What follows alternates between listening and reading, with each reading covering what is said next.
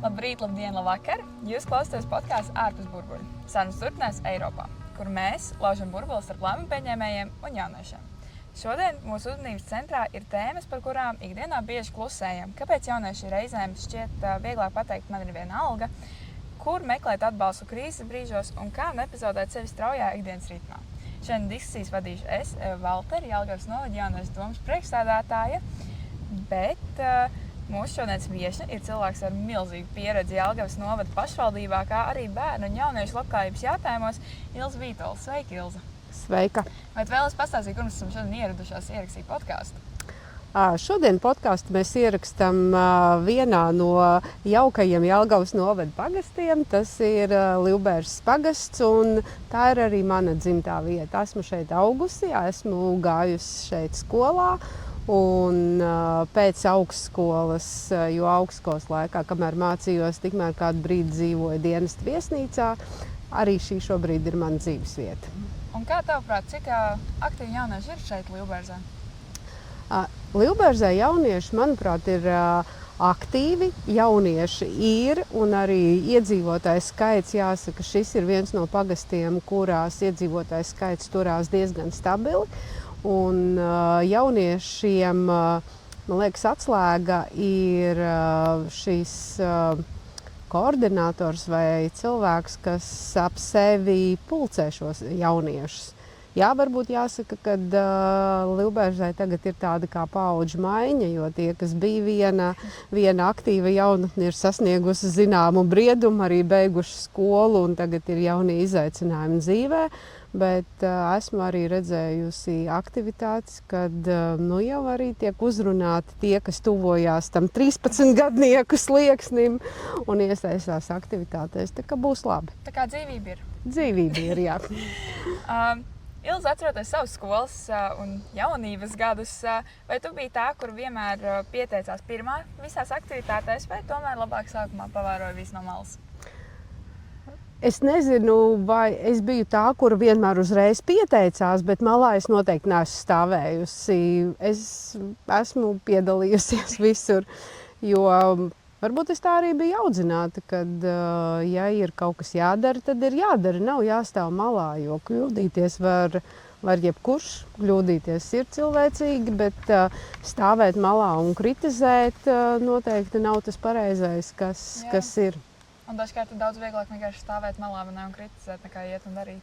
Jā, bet daudz interesantāk ir tad, kad tev ir diskusija ar dažādiem viedokļiem, tad, kad tu esi pamēģinājis vai kāds pasaka, es domāju citādāk, tad ir daudz jēgpilnāk. Bieži vien dzirdam jaunieši sakam, man ir viena alga vai tāpat jau nekas nemainīsies, bet tajā pašā laikā sociālajos tīklos redzam milzīgu aktivitāti, laikus, šērus, komentus un vispārējo. Vai tavuprāt frāze man ir viena alga ir reāla vienaldzība jauniešu starpā, vai varbūt drīzāk kaut kāda aizsarga reakcija un bailes, ka jaunieti neviens neuzklausīs? Es domāju, ka ir gan tā. Ir noteikti varbūt viena daļa jauniešu, kas ir kādreiz gribējuši kaut kādā veidā paust savu viedokli, nav sadzirdēti vai nav pareizi saprasti, un varbūt ir kaut kāds biklums vai neveiklība, un varbūt nav gatavs vairs jaunietis izteikt savu viedokli, bet ir arī otra, teiksim, puse, kad jaunieši iesaistās un pauž savu viedokli.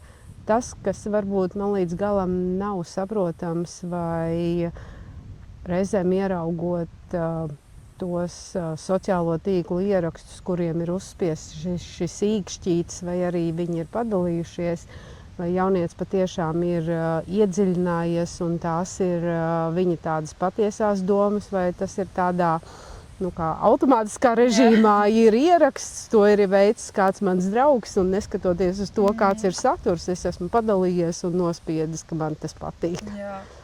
Vai arī nepatīk? Nepatīk, tieši tā. Šodien daudz savu līdzdalību vispār pauž internetā ar to pašu laiku vai komentāru. Vai sociālo tīklu šī līdzdalība tiešām nozīmē reālu pilsonisku līdzdalību, vai tas tomēr ir tāds dīvaina eksperta viedoklis vairāk? Vai ar to var panākt kaut kādu reālu darbu novadā?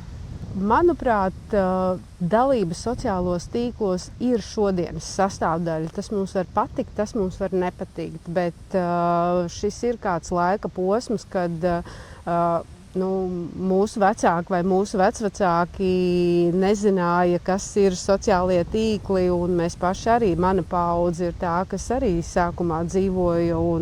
Un tad, kad kāds izteicās, ka pienāks tāds laiks, kad mēs varēsim sarunāties ar kādu cilvēku no Amerikas, likās, ka tas ir bišķiņ fantastika, bet realitātē ir pierādīts, ka viss notiek. Un šodienas izpausme jauniešiem darboties sociālajos tīklos, manuprāt, arī ir viena no ikdienas sarunas formām. Noteikti būtu jādomā, vai tā forma ir vienmēr pareizā virzienā, vai mēs arī vispār kā sabiedrība saprotam līdz galam, ar ko tas varētu tālāk turpināties. Un ja mums izdosies saglabāt, kad elementārā saruna, ka tu vari paskatīties viens otram acīs un vispār runāt un veidot teikumus, pats veidot teikumus, nevis tikai dzīvot pēc mākslīgā intelekta saveidotā. Ja tas viss ir tādā foršā balansā, man liekas, ka tas ir pareizi un labi. Un, mēs nevaram pretoties tam veidam, kas notiek ikdienā un tai visai sistēmai un situācijai, kas ir. Tāpēc arī tāds viedoklis varbūt ir gadījumi, kad jaunietim pateikt savas domas caur sociālo tīklu un tā teikt būt divāna ekspertam nevienmēr nozīmē, ka viņš tā nedomā vai viss ir slikti, bet es arī neesmu tā, varbūt man nav šīs zināšanas, lai es varētu pētīt no tāda padziļināta viedokļa, teikt, kā tas ir bijis. Bet šobrīd es noteikti esmu novērojis, ka jaunieši vēl arī ir tie, kas nedzīvo tikai sociālajos tīklos, bet kas joprojām ir amatieru mākslas kolektīvu dalībnieki, sportisti, kas atrod laiku un kas pavada savu brīvo laiku ne tikai sociālajos tīklos, kam ir arī jēgpilna, aktīvā dzīve. Jā. Kā jaunietim visvienkāršāk un visefektīvāk pateikt savu ideju domē, lai viņi tiešām uztvertu nopietni? Vai tas tiešām ir rakstīt komentāru vai tomēr aiziet uz domu? Noteikti ir jāatnāk, un varbūt pat nav jānāk uz domu, vai nu uzrunāt un tiekamies un sarunājamies. Tas gan būtu jālauž, kad ierakstīt sociālajos tīklos un pēc tam nokomentēt par virzību. Tas, manuprāt, gan nav īsti pareizais ceļš. Vislabāk ir nākt, pateikt savu viedokli, atnākt uz priekšlikumu, atnākt uz sarunu un saprast, kā to ideju tālāk. Ja ne pie mums, kā pie deputātiem, pie manis vai pie maniem kolēģiem vai pie domas priekšsēdētāja, tad kaut vai pie kāda jomas cilvēka vai speciālista vai aizej uz savu pagastu pārvaldi un iepazīst arī savu pagastu pārvaldes vadītāju un aprunājies par lietām, kas ja tas skar, piemēram, tavu pagastu, kurā tu dzīvo. Un es esmu pārliecināta, ka arī pagastu pārvaldes vadītājs noteikti novērtēs, kad jaunietis ir atnācis un pateicis savu komentāru, nevis slēpies kaut kur ārpusē. Tieši tā. Jo tad arī sarunā vislabāk var noskaidrot, vai tā ir tikai tāda kā pozīcija un ideja, vai tā ir reāla vēlme, un kuru jūs jaunieši protat pamatot savas vēlmes. Jā. Kā pašvaldība var palīdzēt jauniešiem no divāna ekspertiem kļūt par līdzveidotājiem savā novadā? Darbojamies kopā, sarunājamies, uzdodam jautājumus, uzklausam atbildes, mēģinam sadzirdēt viens otru, jo es nenoliedzu, varbūt arī mēs nevienmēr sadzirdam to, ko to saka ne tikai jaunietis, bet arī kāds cits iedzīvotājs. Un nereti mums arī gribās, lai mūs saprot, nevis ja mēs kādā brīdī sakam, tas nav iespējams, tad arī saklausīt to teikumu otro daļu, kāpēc tas nav iespējams, nevis uzreiz pieņemt, nu redz, tu jau man atkal saki nē. Jā. Pievērsīsimies šim tēmai, kas skar katru jauniešu personīgo pasauli. Digitālajā laikmetā mums var būt simtiem sekotāju un pilni čati ar ziņām, bet reālajā dzīvē visapkārt ir tik daudz vienzulības un stresa, tīpaši jauniešu dzīvē.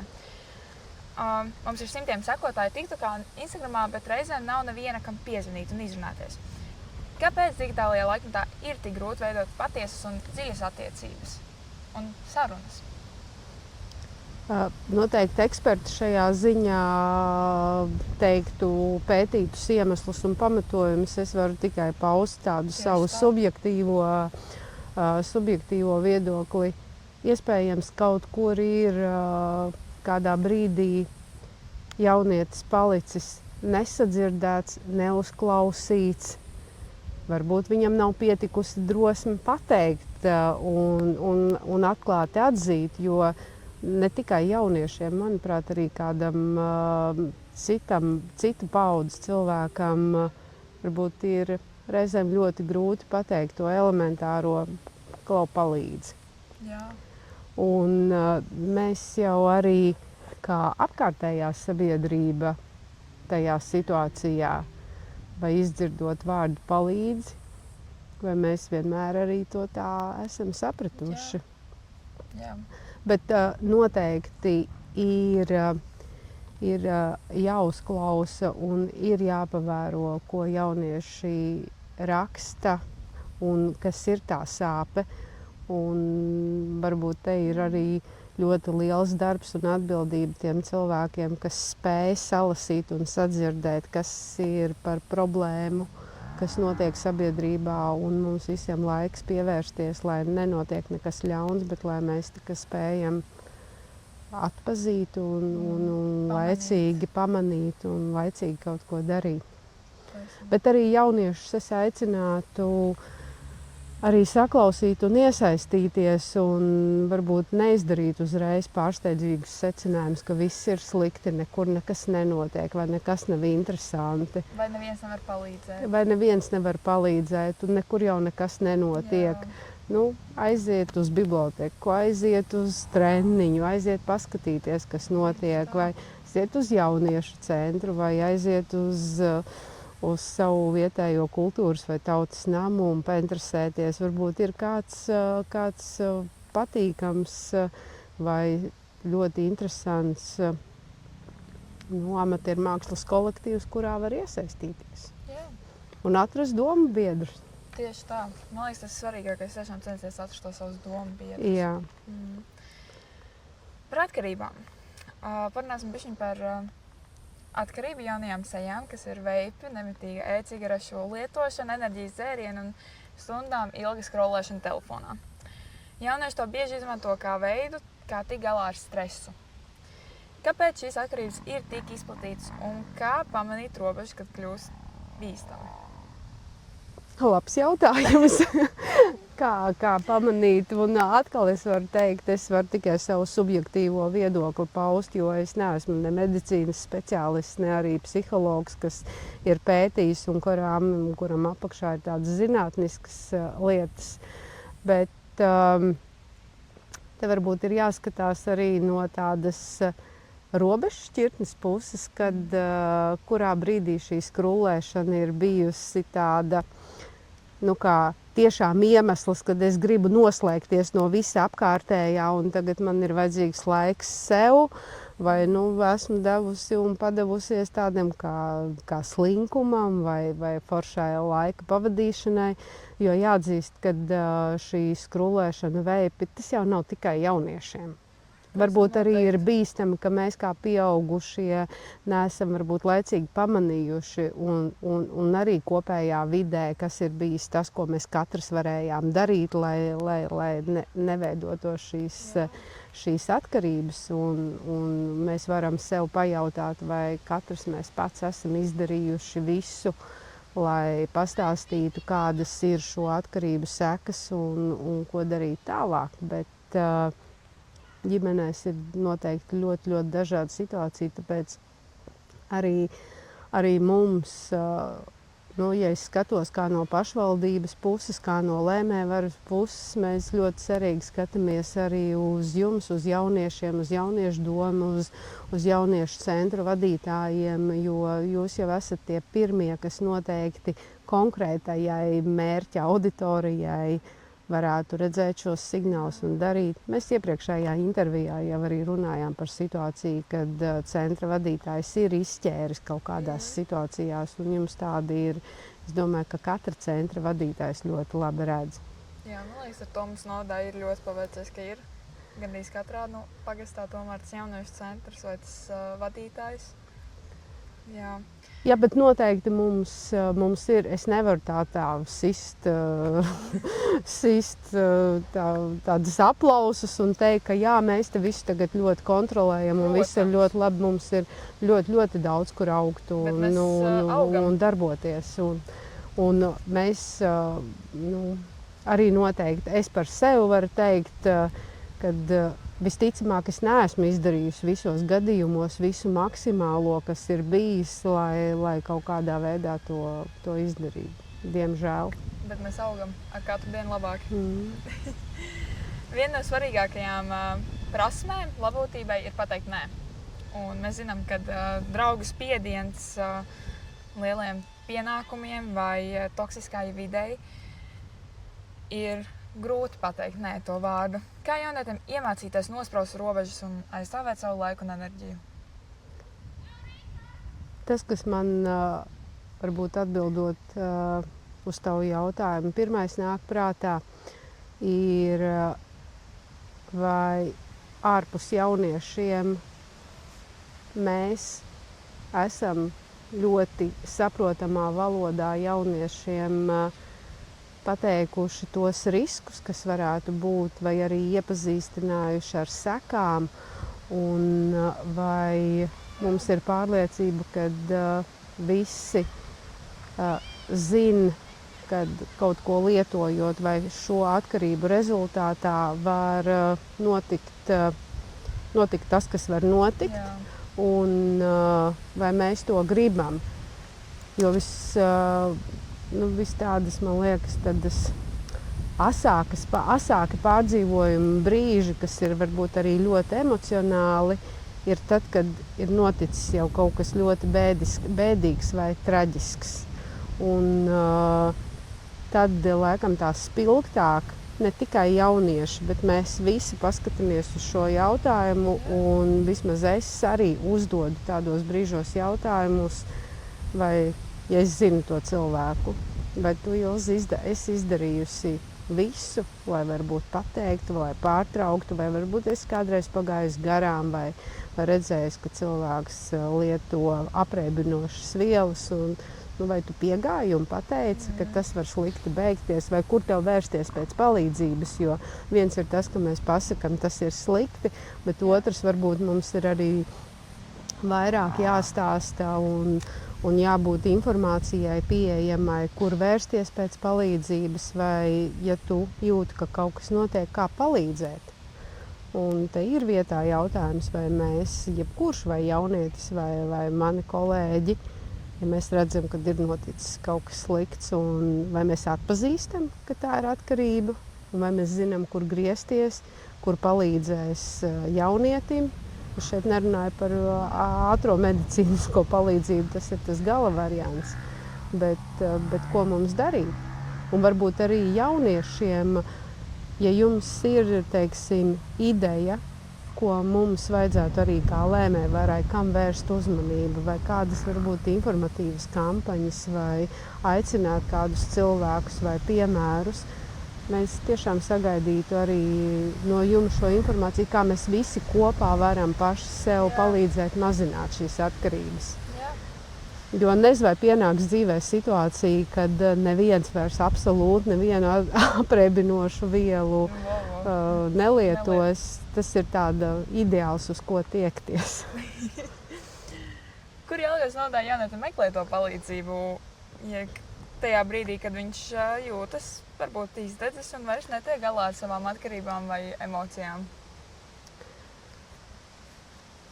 Man ļoti gribētos atbildēt uz šo jautājumu, kad pie jebkura pieaugušā vai pie jebkura jaunieša vai pie jebkura sev pazīstama cilvēka, kam viņš uzticās, vai tas ir kaimiņš, vai tas ir varbūt skolotājs, vai tas ir treneris, vai tas ir jauniešu centra vadītājs, varbūt tie ir vecāki vai omes vai kāds cienījams, pazīstams.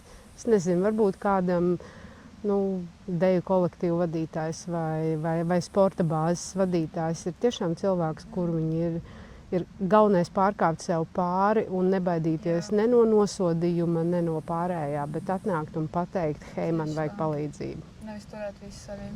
Jā. Tieši tā. Man podkastā patīk nedaudz papētīt mūsu viesu pagātni un citus ikdienas amatus. Un Mēs Putniņš man pačukstēja, ka, lai gan tavā amatā ikdienā novadā bieži valda budžeti, pašvaldības noteikumi un dokumenti, tu jau ilgstoši darbojies arī Latvijas Bērnu fondā. Jā.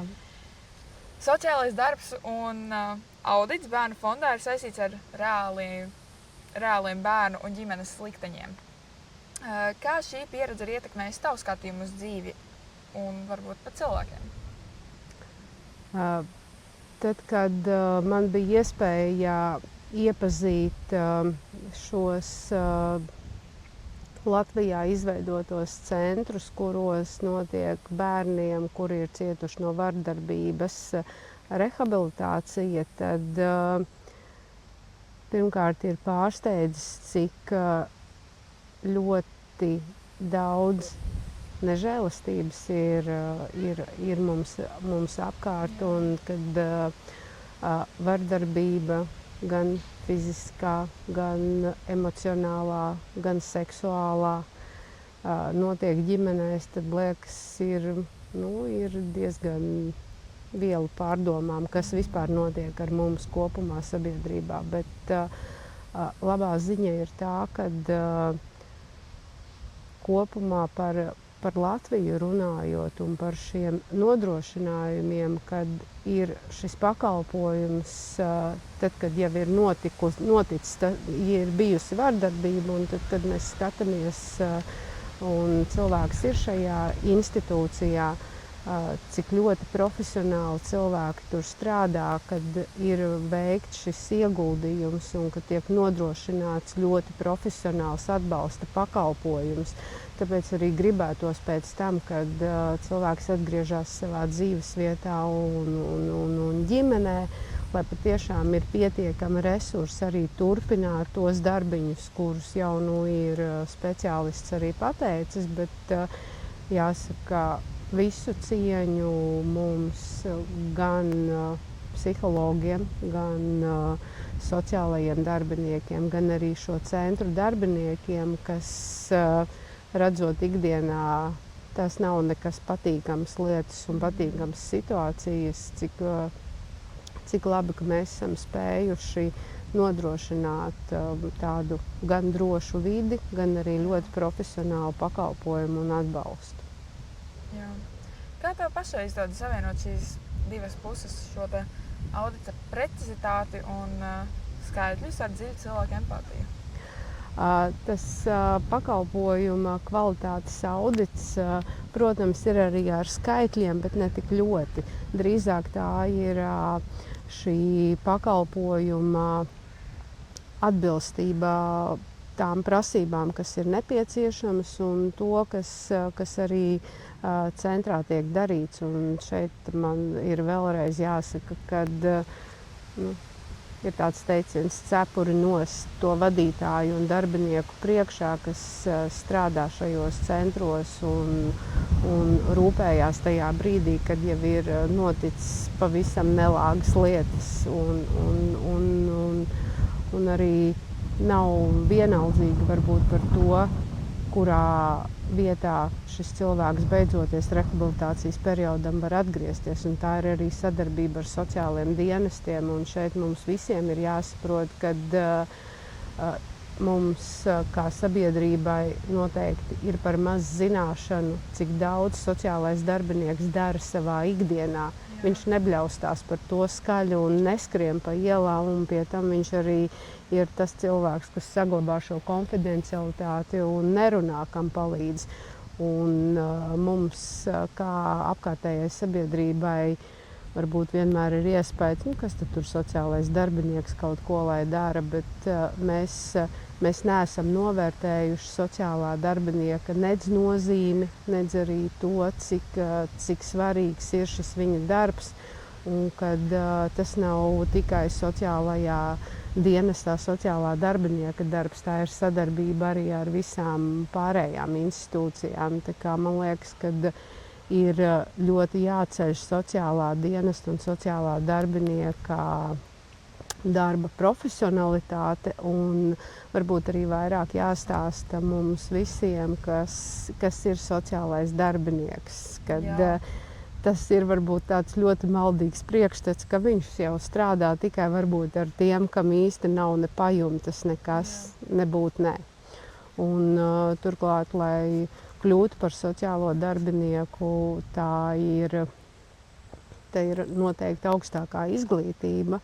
Un mums jau kādreiz ir tāds niķis mācīt visiem un teikt, es jau zinu labāk, kā tev būtu jāstrādā un kas tev ir jādara. Tā kā es arī gribu noteikt, lai varbūt arī jaunieši un tie, kas šo podcastu noskatās, varbūt aiziet un painteresējās, kur ir viņa sociālais darbinieks un parunā, lai saprastu to ikdienu un nestu arī tālāk šo ziņu, kad sociālais darbs šobrīd, man liekas, ir viena no grūtākajām profesijām, kur vispār šodienas apstākļos, šodienas situācijās, kad mēs visi esam daudzās lietās izglītoti, mēs ļoti daudz ko atrodam mākslīgajā intelektā, viņš mums palīdz izdarīt secinājumus, bet ikdienas dzīvē, tad, kad tu esi ar dzīvu cilvēku un kad reizēm varbūt tavs lēmums vai tavs sniegtais padoms vai atbalsts ir izšķirošs kaut kādos brīžos,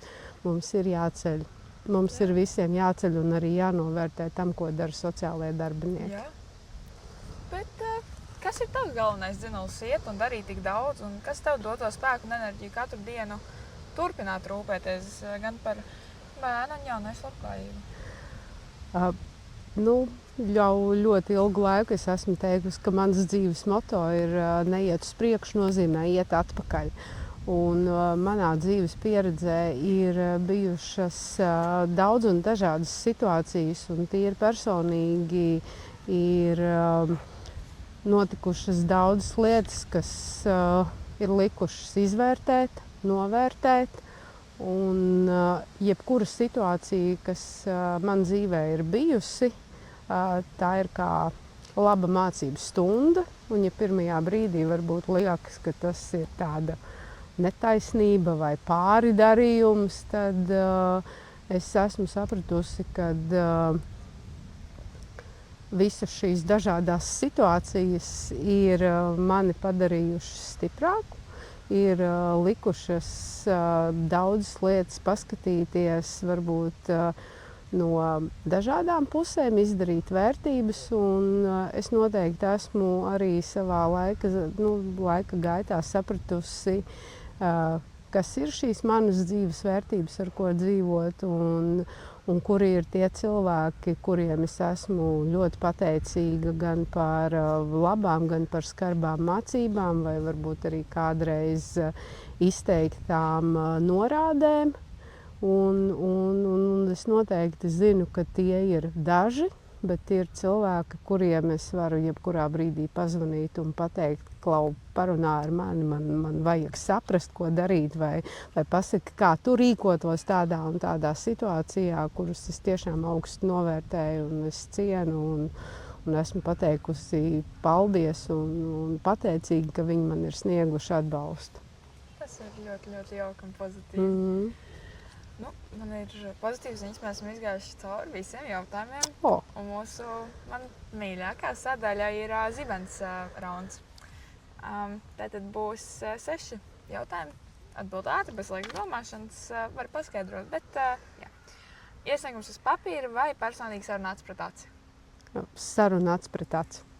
Pēc tam var sekot iesniegums, bet saruna acs pret aci. Klusums laukos vai pilsētas kņada? Klusums laukos. Izlasīt labu grāmatu vai noklausīties podkāstu? Varbūt pat podkāstu, bet ar vienu nosacījumu, ka paralēli sadīšu klausoties. Vo! Rīt kafija vai vakar tēja? Rīt kafija un dažreiz arī vakar tēja. Gan. Gan. Plānotais telefonā vai piezīmju grāmatiņu uz galda? Nu jau plānotais telefonā. Un pateikt jā jaunam izaicinājumam vai pateikt nē, lai atpūstos? Jā, jaunam izaicinājumam. Bet ir laika gaitā izstrādājusies situācija, kad protu pateikt arī nē uz brīdi, lai atrastu laiku kaut kādām savām lietām, un tad pateikt mazliet vēlāk atgriežamies. Un arī tas ir ļoti svarīgi. Pateikt nē. Nu, tad noslēgumā varbūt tev ir kāds pēdējie vārdi, kāds novēlējums kādam jaunietim? Varbūt tev nodara mans dzīves moto, neiet uz priekšu nozīmē iet atpakaļ, bet jebkurā gadījumā jaunieti, ja kaut kādā veidā varam būt noderīgi vai esi gatavs sarunai, noteikti dod ziņu, un lai tā būtu es vai kāds mans kolēģis vai kas, nekad lūdzu nepaliec malā ar to domu, ka neviens jau tev nevar palīdzēt un viss ir slikti. Jebkuru jautājumu, jebkuru problēmu, jebkuru lietu var atrisināt. Un galvenais runā un nepaliec viens, jo tu neesi viens. Mēs taču esam visi kopā, vai ne? Tieši tā. Milzīgs paldies par tiešām atklātu sarunu un iedvesmojošu. Paldies arī jums, gan klausītāji, gan skatītāji. Nebaidieties nosprāst savas robežas un meklējiet atbalstu. Tikšanās nākamajās epizodēs. Paldies!